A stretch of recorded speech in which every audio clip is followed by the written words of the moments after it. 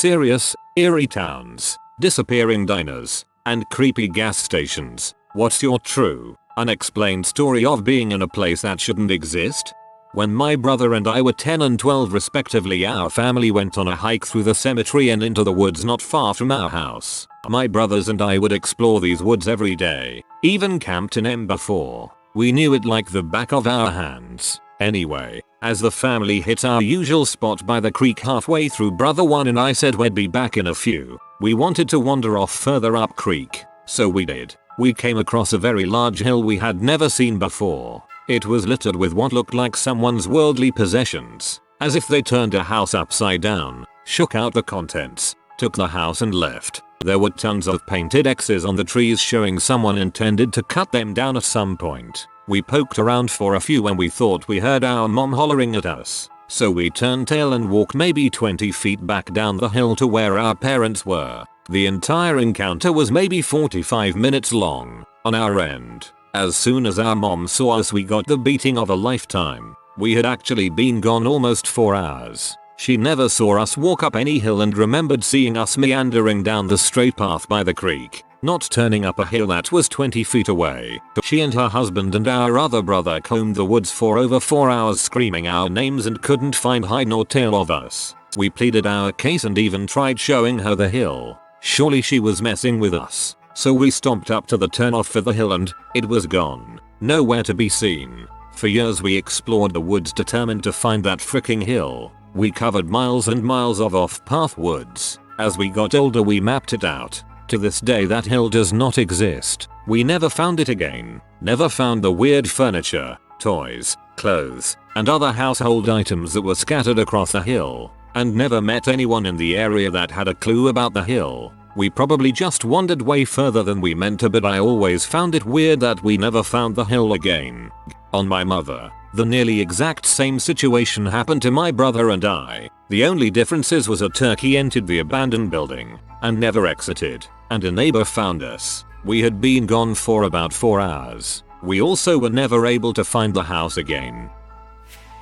My grandparents had a big farm when I was growing up, and all of the grandkids would help work it over the summer when we were out of school. Anytime we saw a rabbit we were supposed to get it with the hoe or grab the shotgun. I was around 12 or so when I saw a little rabbit in the beans and I didn't want my grandfather to see it, so I tried to chase it off. Followed it into the brush on the land, and for whatever reason I just kept following it because usually I'd lose sight of them pretty quickly once they hit the brush. Kept following until I found what was clearly an old barn ruin. These are pretty normal to happen upon where I'm from and they're fun to look around inside. So I went in. It was weirdly kept up really well with antique tools in great shape and fresh hay. I worried I had crossed into our neighbor's property, so I hightailed it out of there. I asked my grandfather about it and he said our land went way far past what I had described, and I couldn't have left our land in the short amount of time I was gone. So he followed me out there and we couldn't find it. I checked every summer I worked there and never found it again.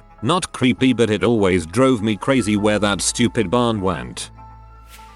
In the 7th grade I had a friend that lived near a beach on a bay of Lake Michigan. One day in early May it reached 70 degrees, nearly unheard of for that time of year in northern Wisconsin. My 2 friends, including the beach friend, excitedly rode our bikes down to the beach to maybe dip our toes in, expecting still frigid waters, and then tan for the rest of the afternoon. The water, though, was surprisingly warm, like bath water warm. In this particular area of the bay the water was shallow for about a half mile out, and we joyously splashed around, wading deeper and deeper until we were about chest deep.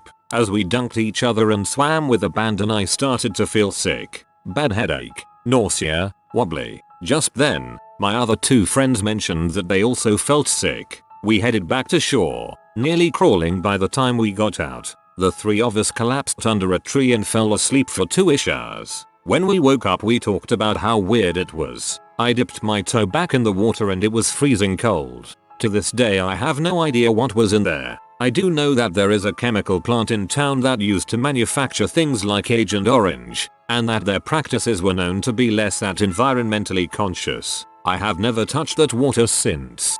This one probably bothers me the most of all of them, because it's not supernatural, but the most plausibly awful.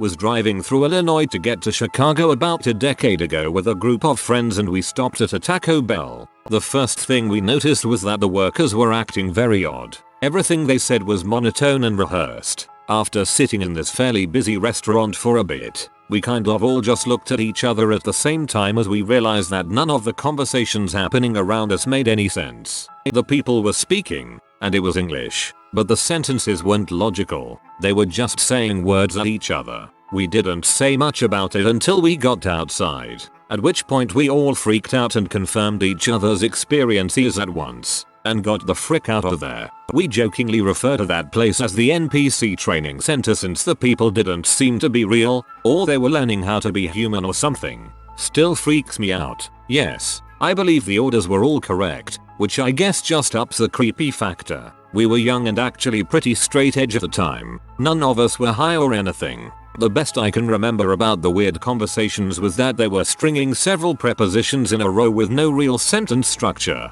Forced laughter and nodding. Stuff like that. Like they were mimicking how humans talk. Think of those what English sounds like to a non-speaker videos on YouTube. But everybody was doing it all around us.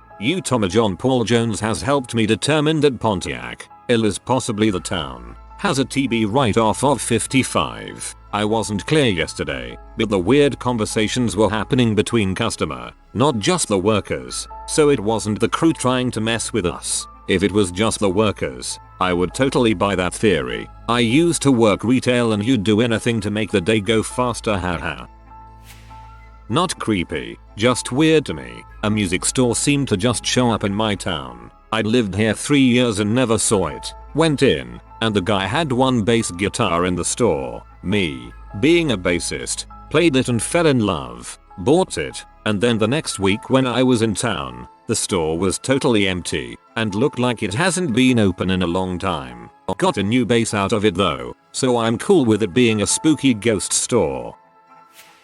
This happened to a friend of mine about 20 years ago. He had been working as an installer of double glazed windows and would often find himself traveling with a crew all over Kent and the southeast of the UK. One job he was doing wasn't all that far from home, so they decided to drive home instead of staying over in B&B. They set off home quite late in the evening and it was already dark. There wasn't much on the roads, and it was pretty cold, so not many pedestrians about. They were going along one fairly straight bit of road when they passed through a fairly unremarkable village. It had the usual things like a pub and a corner shop, but little more else than cottages. About 5 minutes later, a couple of his crew were complaining that they really needed a drink and there must be a pub around somewhere. He suggested that they turn around and go back to the village. They turn around, drive back, and there was no village there. It was just fields. There wasn't any turn-offs, so they couldn't have been mistaken. It was just one straight road.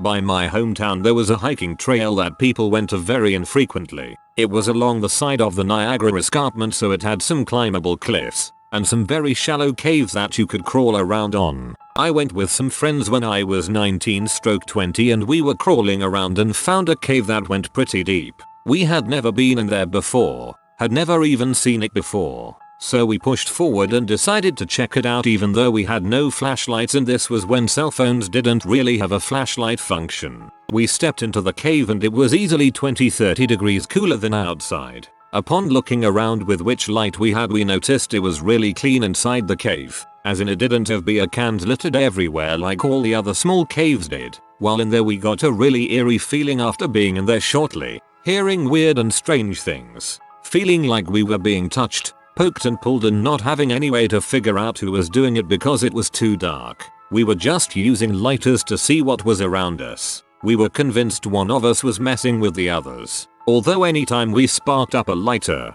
we were all decently far apart. We decided to hightail it out of there after only a few minutes, convinced to come back with flashlights. We came out to see that it was now dusk outside. When we entered it was midday. Somehow we had lost roughly 3 hours inside of this cave. We went back with flashlights the next week, but have never been able to find this cave again. It is in Wisconsin, Oakfield Ledge, if you want to check it out. This story takes place in the mid-90s, a time before widely used cell phones and GPS. My two best friends and I, freshly able to drive, decided we would head out on a Saturday to a water park in southern Missouri, about a 3-hour drive from our hometown in northwest Arkansas. We had never been before and just used road maps to get there. We had pretty fantastic time, but as the sun started to reach the tree line we thought we ought to head home. It's about 7 o'clock and we miss a turn, but my friend Paul, who was navigating, said not to worry, another turn was coming up that would get us there just as fast. The next turn took us from detour to completely lost. By 8 o'clock we are on a road that seemed to be lacking in informative road signs and zero lights. We finally see a gas station and are relieved to get some directions as well as some gas. My friend Taylor and I go inside while Paul pumps the gas. We come inside and a very friendly old man in his early 60s who gives us a very large grin and says we yell hello there. It was very Foghorn Leghorn-esque. Looked like an extreme hillbilly but very pleasant. We explained that we were needing gas and wanted to fill up. He explained that he was about to shut down for the night but would be happy to oblige us. He then said something I'll never forget. You have to make haste though. Tonight is buffer night. Taylor and I looked at each other and shared an awkward look. We asked him if he could point out our location on the road map. While he was finding it, two people entered the shop from the back and called out for the old man. He said he was up front. The two approached us, a man and a woman, and at first looked confused, then as though hit with an epiphany they smiled. They asked the old man, are these the guests tonight? He shot them a look and said no, these are some lost children. The way he said children caused the hairs on my neck to stand up. Not sure why. They looked at us and said the three of you should make haste, because tonight is buffer night. Two things scared the crap out of me right then. The first being, how did they know about Paul pumping gas out front when they came from the back, and the second being that they repeated the old man verbatim. We clarified the directions to get back on a main highway and paid for the gas without waiting for change. Taylor and I booked it out of the gas station to find Paul already in the passenger seat. When we got into the car we were nearly airborne from the speed we took off. Before we could say anything, Paul told us about how three men from across the street stood under a tree just watching him. He waved but they didn't move a muscle. We just drove as fast as we could until we got back to the highway. To this day I will still have a nightmare every so often about that gas station and what my imagination has twisted buffer night into being. That would be funny if they just had crappy accents and they meant it's all you can eat catfish buffet night down at the diner. 1. There is a town right near me in Pittsburgh, PA, Lincoln Way in Clayton, PA, where a whole street full of families disappeared overnight back in the 70s. Everything, bills, food, clothes, etc., was left behind. No trace of them to this day. You can go on Google Maps and look it up. The houses are abandoned and almost closed off from the rest of the town. 2. There was another instance that I'll never forget. I read it here on a creepiest Google Map places. A man in Canada decided to drive until the highway stopped. Sometime in the past couple years. I believe he started in Winnipeg and kept going NNW until he ran out of road. About 1-2 hours before he got to that point, he saw a lot of cars parked off the side of the road. Keep in mind that there wasn't a single gas station or store nearby and hasn't seen a house for quite some time. There was a lot of about 30-35 cars, old cars, one to say from the 50s or 60s. And in the distance he saw a cavern entrance that was faintly illuminated by light. He noticed the tail end of a group of people dressed in all black walking in. No signs were around advertising it and he said he couldn't find anything about it on Google Maps. He posted this a year ago, and that trip was even further back from that. I reached out and tried to get any markers or nearby areas I could do my own research by, but he said he could not remember specifics. Still makes me wonder to this day what was going on there.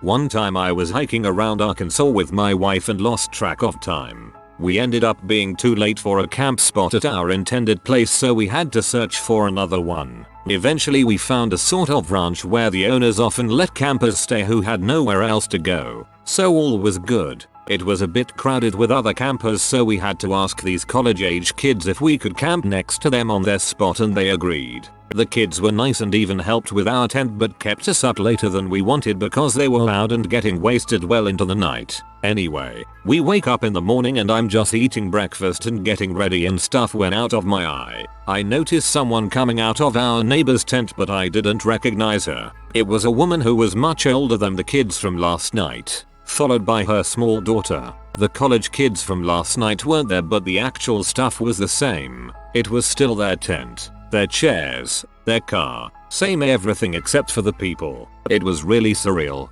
Everything was literally the same about our neighbors, except instead of them being 4 college kids, they had been replaced by an older family of 3.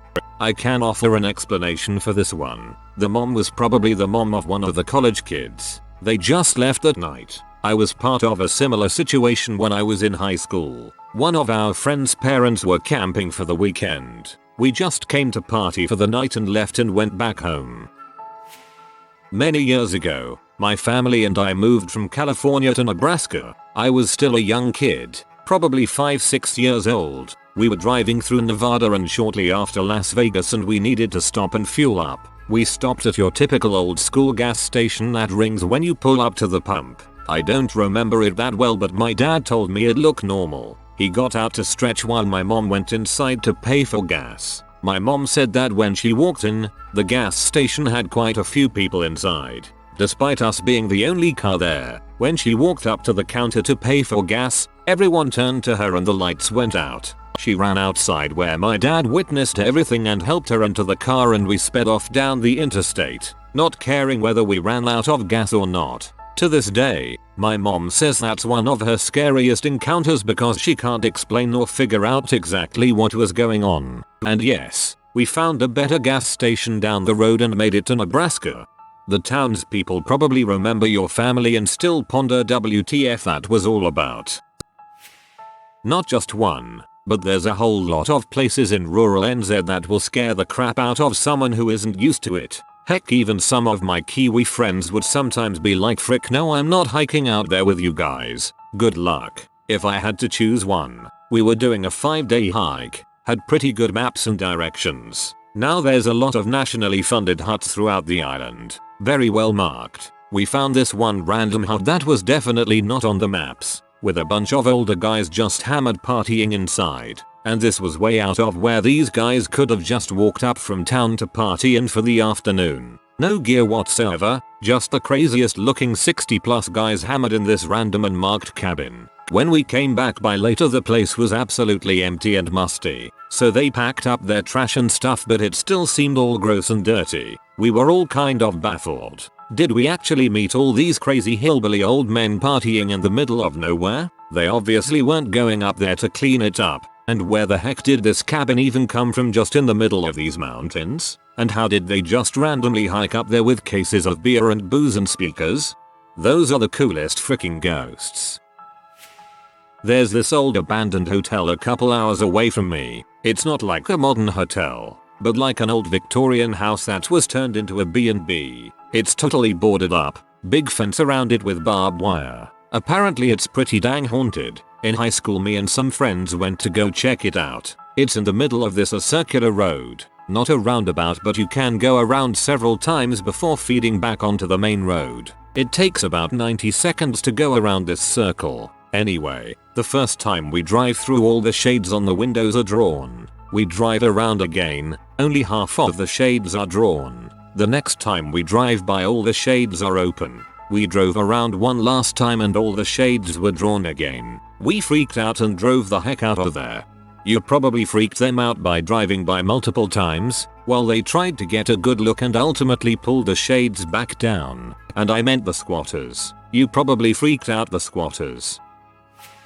Near where I live there is a little town called Regiview Park. My friend was talking to a new girl, and we were scoping out where she lives so he wouldn't get lost on his upcoming date when we took a wrong turn. After a slight decline, the road sharply rose until we crossed some train tracks and were met with a fence about 20 feet tall made from wood pillars about the size around of telephone poles. There was a gate that was open, so we drove in. Once inside, There is a single loop that winds through the whole complex, only wide enough for one car. One way in, one way out. In the middle sits a large dome church. The houses that surround it are all square 2-story homes painted brightly in strange colors. There is a drained community pool off to one side with grass growing in the basin. Lined up along the very back of the loop are 50-70 single car garage doors, all right next to each other. No house appears to have their own. It was strangely quiet, and as we drove past the homes, residents would step outside and watch us. The loop isn't too large, and we eventually made our way around and exited through the gate, and some people walked closer watching us leave. Haven't seen anything else like it. Their website is password protected, and their Facebook page is private. The part you can see says it is a summer community that started out as a Methodist camp and still has religious services, and that they only sell homes to members of the family. Such a creepy vibe to the whole place, and we try to drive through at least once a year, when the gate is open. If you are new to the channel, you can subscribe. I publish new videos every day. Until then, check another video.